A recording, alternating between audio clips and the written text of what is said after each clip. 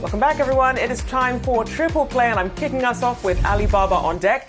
Now, Baba actually dropping today as Reuters reports the tech giant is cutting a third of its deals team as Chinese lawmakers step up their scrutiny. That's according to Reuters. The stock, as you can see, they're down about 5%. Now, earlier, the stock was buoyed this month when Chinese officials signaled this easing on the tech crackdown that they've been having. Now, before falling again this week, over the last 2 years of that crackdown, shares have actually dropped nearly 60%. Now, Alibaba and its biggest rival Tencent are both expected to cut tens of thousands of jobs this year as COVID outbreaks and a zero-COVID policy continue to weigh on growth.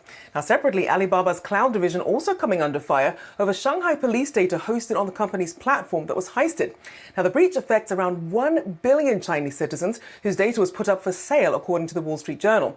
Well, executives from Alibaba and its cloud division being called in to meet with authorities. So certainly not smooth sailing for Alibaba right now. No, Alibaba has certainly had a tough time. You can see that from that chart that we have on the screen here over the last couple of years. Year to date, it's been very tough, not only for Alibaba, but much of its competitors out there as we see increased regulation from Chinese authorities.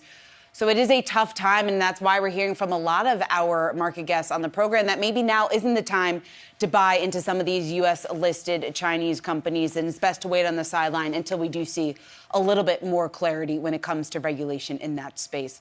All right, my pick today is Costco. It is on the move. Deutsche Bank upgrading the stock to a buy, raising its price target to $575. That's up from $525. Now, Deutsche Bank is bullish on the company in face of higher inflation, writing in a note to clients that it's, quote, one of the most consistent operators in our group, and its steady traffic gains and high membership renewal rates serve as key differentiators in an increasingly uncertain backdrop. Costco June same-store sales were very strong, topping expectations, up more than 18% last month. E-commerce, another bright spot here for Costco. Sales there up about 7%, Dave. Even when you strip out gas, it's still up 13% same-store sales. I think really it's an inflation play. That is an inflation-proof place.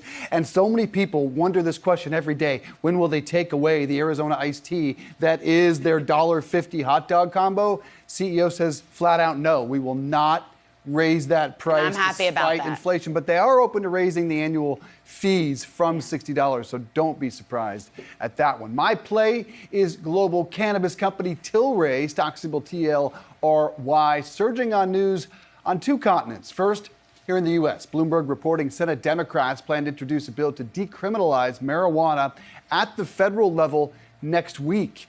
Majority Leader Chuck Schumer worked with Senators Cory Booker of New Jersey and Ron Wyden of Oregon. The bill does face long odds in a divided Senate, however. Also, optimism in Germany. Chancellor Olaf Scholz reportedly intent on legalizing adult-use cannabis there by 2024. Tilray would presumably be a huge beneficiary, already having a state-of-the-art medical facility in Germany. Shares of Tilray down 75% in the last 12 months, down 50% year-to-date, but certainly some good news today, up about 13%, and there are others. Trulieve is up, Curaleaf is up. Hard for me to lie about the Senate bill, though, Rochelle. It has no chance. I just can't see an environment right now in which that gets legalized in the next 4 to 5 years. I mean, I feel like the cannabis industry really has had this tough sell, this stagnant position right now, because they're waiting for what's going to happen in terms of banking laws, protecting some of these companies who obviously finance and trade in this. And then, of course, the decriminalization part of it, where a lot of people are wondering what happens with expungements. Should these two sorts of laws have to go together? A very hard sell. It's been an uphill battle, and it does seem to have stalled, at least for now. Yeah, I think she brings up a great point. Safe banking is everything. I think if you ask these executives, the CEOs I talk to, they put that well ahead of legalization even. Yeah, they certainly do. And I think that this is another sector that we keep waiting for that catalyst. Obviously, these bills will be that catalyst, but you mentioned the fact that it's unlikely that we'll see any progress on this for a couple of years. So that could really hold some of these stocks back. We've seen it with Tilray. You mentioned, down 50%?